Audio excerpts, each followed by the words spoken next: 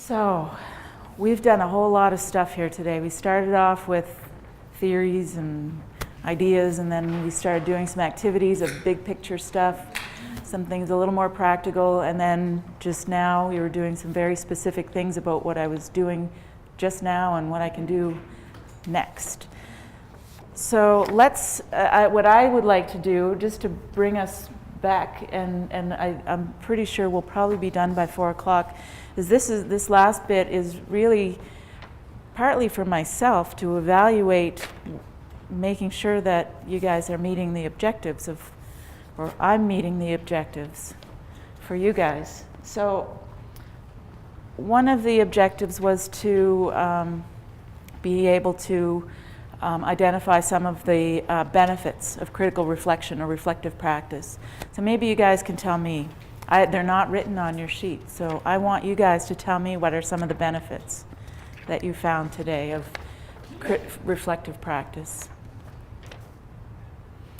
Shout it out. Insight. Yes. Continual improvement. Yes. Targeted support. What kind of support? Targeted support.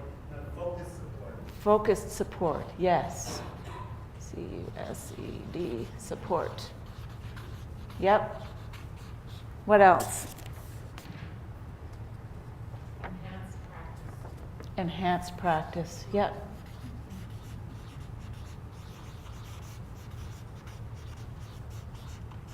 For who? For me? Who else? My clients. Who else? Who? My family. Yeah. Who else? Yes, your workplace. I'm going to call that your employer, your ER. Who else? Anybody else benefit? The profession. Yep. OT is going to benefit from that. Yeah. So what are some of the others? Talked about the continual development. We're getting better at our practice.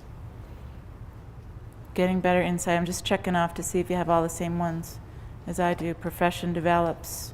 Your employer gets more efficient workers. And actually, you've got all of them. All the ones that I had anyway, and probably a couple of others. Focused support. Job satisfaction. Job satisfaction. You feel better about what you're doing if you're noticing it. Yeah. Yeah.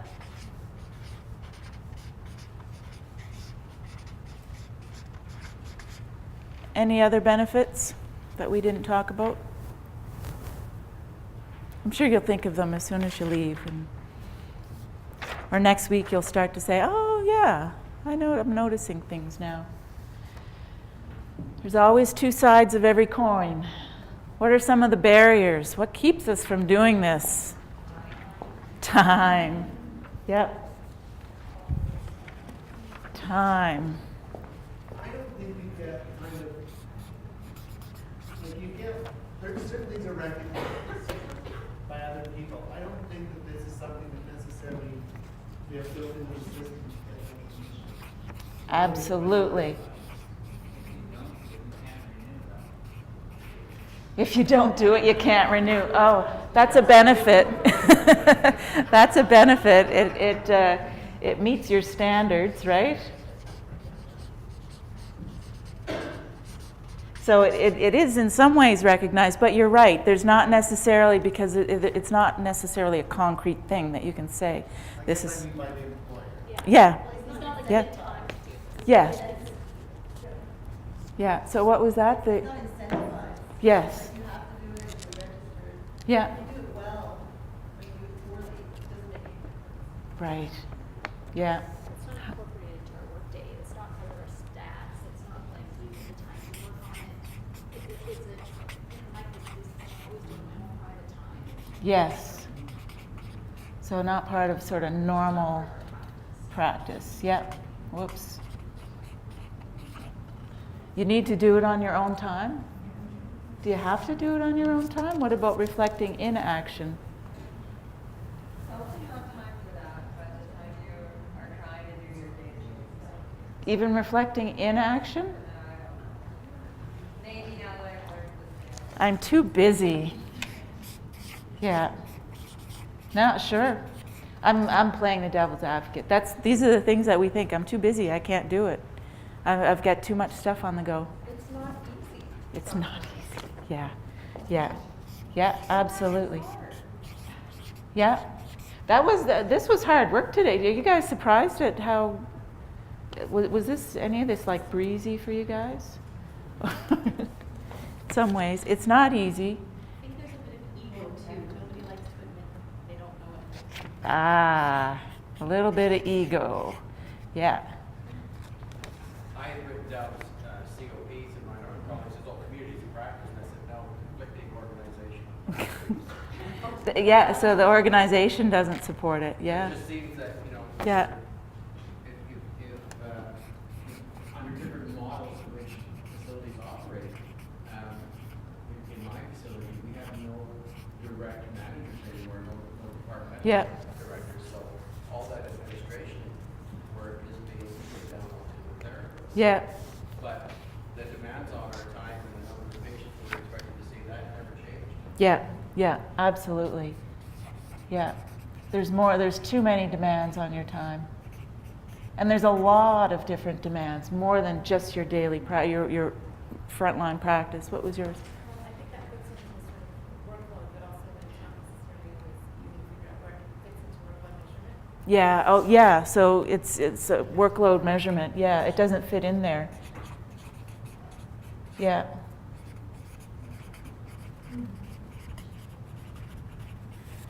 Yeah. It's not easy. It can be hard to do. There's sort of a lack of respect for this kind of learning. It's not really recognized as a way of learning. It takes a lot of energy, especially at first.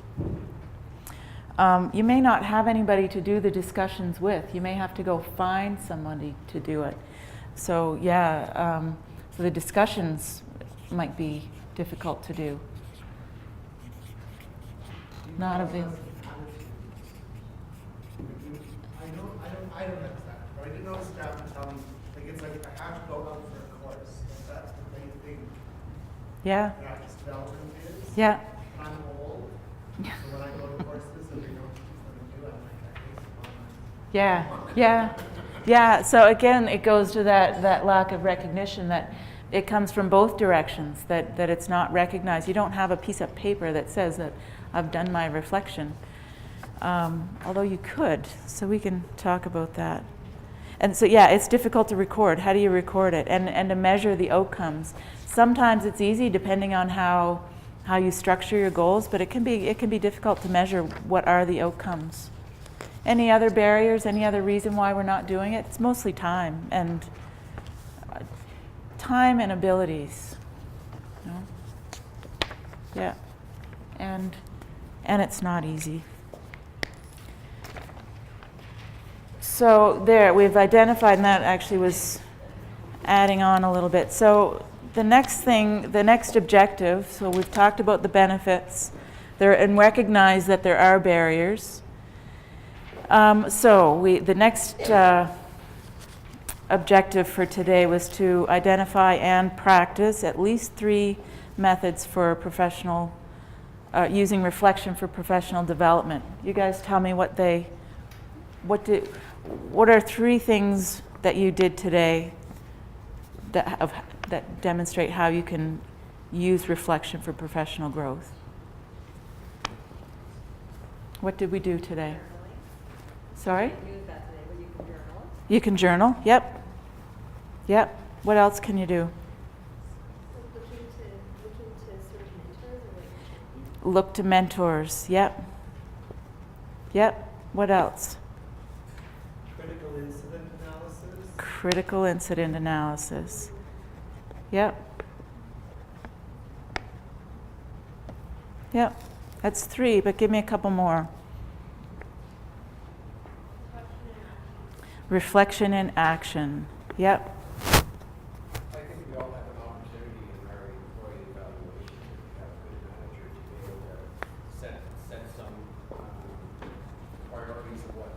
want to achieve, and I think then if you have that discussion with your manager and when they sign off on it, it gives you some recourse to go back to that and say, I need time, I need Yeah. funding, I need whatever to Yeah. pursue this. Yeah, so that's an opportunity for implementing or taking it the next step, is to have have a discussion with your manager when you're doing your performance review.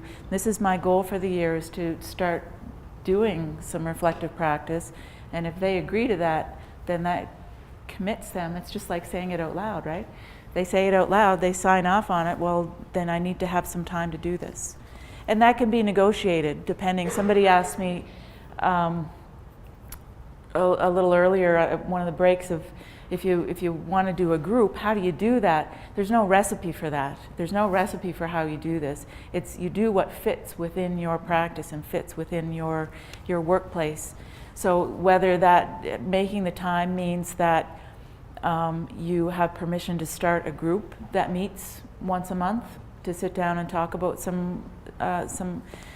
do some of the activities, or it could be that you're allowed to have 15 minutes at the end of the week, and you can call that education time. Is education in your stats? You could call that educate. It's not in your stats. It's in some, but not others. You may be able to fit it in somehow into that. Maybe professional development or something, but you know, whatever that's going to look like, it can be negotiated to make it fit. And that's a lot easier to do after you've had 27 evaluations rather than on your first few. That's right.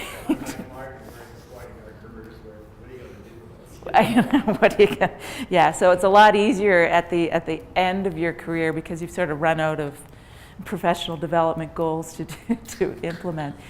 However, it's not impossible. I think. I think. Are there any managers here today? We've got one. Are you buying in? It sounds really good. I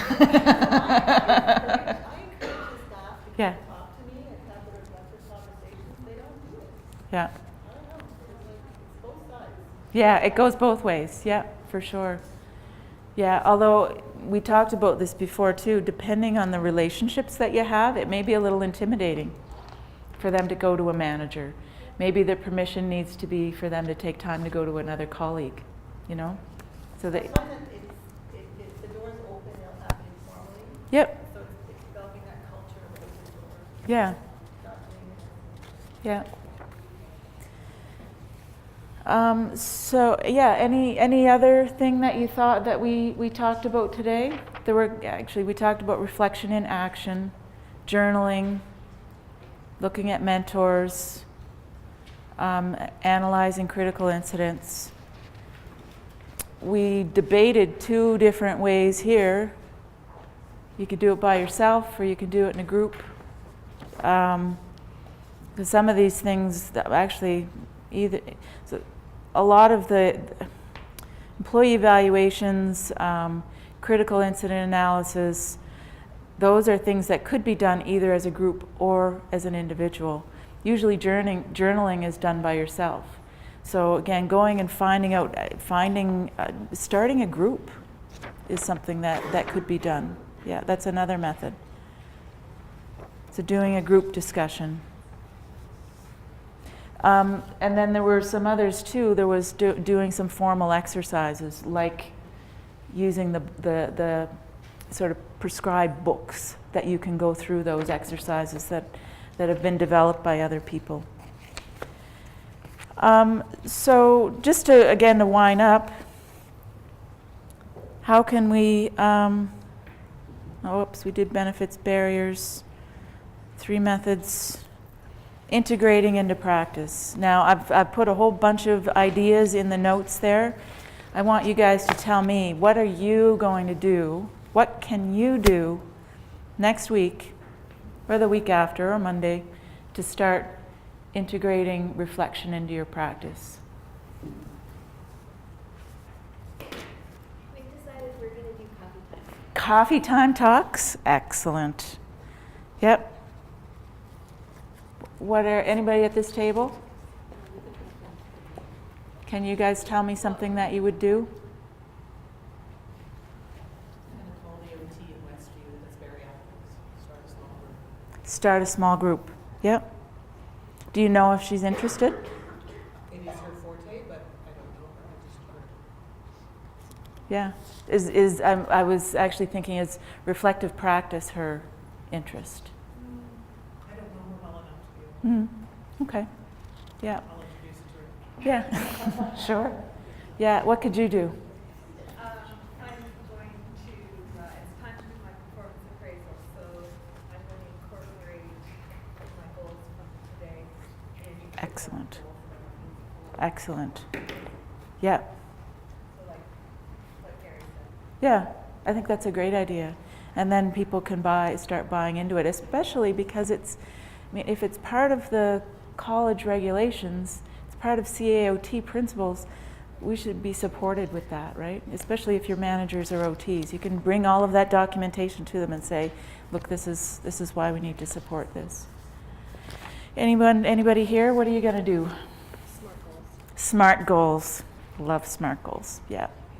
Yeah. Journal. Yep. Some people are already journaling. But you can structure it differently. What are you guys going to do? Anybody here? I like just setting aside time, putting it in my schedule. If it's not scheduled, it doesn't happen. So. Yeah, set a time. That's really helpful, especially if you use an electronic calendar that will keep repeating it. Yeah. And you check it off once it's done, and then it'll put it right back in your to-do list for next month or 6 weeks, whenever you want to do it. Yeah. Okay, what other table have I not picked on? What are you guys going to do? Anybody here? So I'm starting these new group interventions, and so I think that we're going to structure the debrief. It's like two of us, it's 3 different interventions. And so I'm a social worker, vocational worker, and social worker. Yeah. So we always have a debrief after group, so instead maybe we should be more structured in how we approach it. Yep. Yeah, so how would you do that? Critical incident analysis. Okay. How? So like just taking like what worked today or what didn't work Yep. today. Was there something we wanted to learn from that? Yep. Was there a cycle of Yep. Perfect. change in the Yeah. process that we were interested in entering into? Just taking the time to Yeah. think about it. We wouldn't necessarily do something new each week. Right.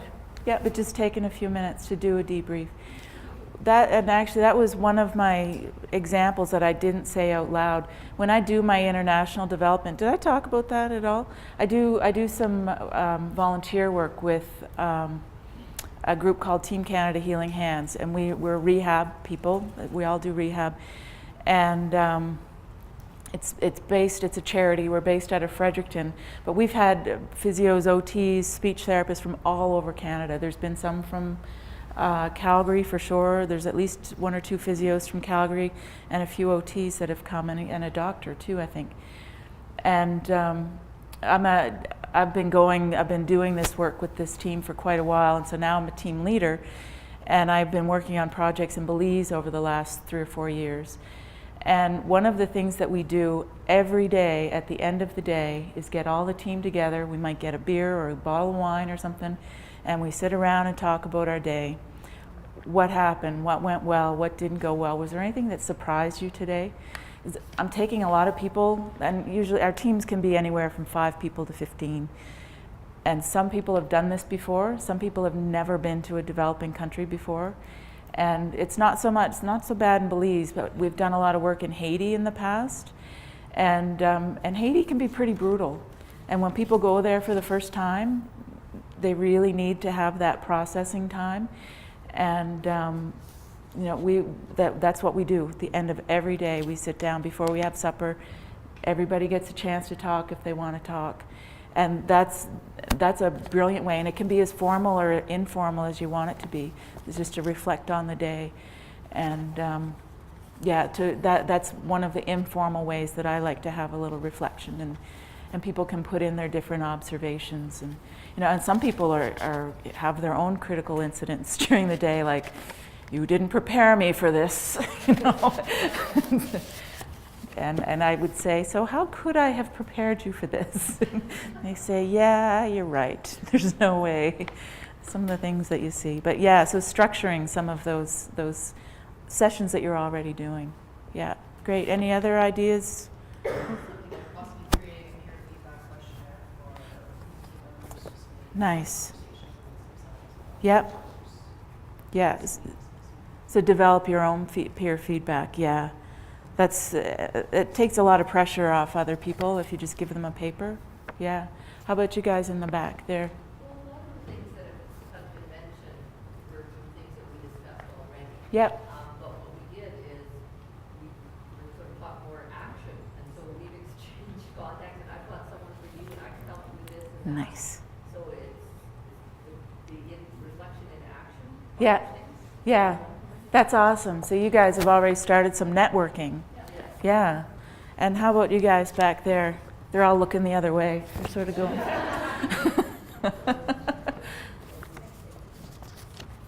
What? Yeah. So you can reflect on educational programs. So something even like this. And that's actually very good segue. I love it. There is in the back of this, you don't have to do this for today, but this is something that you can do. And I just put this together. Probably pulled it from some ideas. On page 13, a reflection on formal learning. So it's just a way of, and you can adapt it to suit your style. It's a way of looking at what did I learn? What's going to stick with me? What can I take from this that I can actually apply? So this is just a way of reflecting on more formal education. And then taking it back, and that this is important because, and that was why I kept asking who's it gonna benefit? It benefits lots of people, not just yourself, but also your clients, your family, because you're a nicer person when you're more present, usually. And the profession, it can reinforce your experience. There's just so many different things, and then moving forward. What am I going to do? Always comes back to that, moving forward. So that's something that you guys can use if you like. And I put into the questions, there's just a few resources here. Questions for that we use for focus groups. So if you do have a group that you want to put together, these were the questions that I used when I facilitated our final group session for my research. How did this work for you guys? And then you can use that as a reflection as well, as how is this process working for us? Is it working, is it not working? And what can we do to change it to make it better so that it's working? So whether it's looking at the actual exercises or just the process in general. So it's a way of reflecting on a group that you're already doing. I've included a couple of pages of references here. I've directly used some of these, and some of them I just put in because I thought they were interesting, that you might be able to use. And does anybody else have any other ideas that we haven't talked about of what you could be doing to integrate this? You can just be more conscious, really, not conscious in the sense of being awake, but conscious or being aware and being present. We have an end-of-day huddle at the end of our work day. Yeah. And just to kind of debrief a little bit, and I think we could use this some of these tools during that. Brilliant. 15-minute segment. Yeah, so you guys already have an end-of-day huddle, but you can start integrating some of these, these activities, or just the questions even. It doesn't have to be a whole activity, it's just the questions that to be asked. Yeah. Yeah. Any others? I think that when we supervise students, we have a good opportunity to incorporate some of the things we've learned today into Absolutely. our interactions with our students and how we're feeling about how the placement's going, what they're learning. Yeah. Great. So use that with your students. And I see this not only for my work as a manager, but also for my kids. Ah. So, Yeah. for my work as a manager, I'm really trying to not ask what did you do today, it's more what did you learn today. Yeah. So that it kind of takes them one step beyond just taking in data. Yeah. It's actually kind of analyzing it, Yeah. kind of chewing it over. Yeah. And then I think with my kids too, I'm trying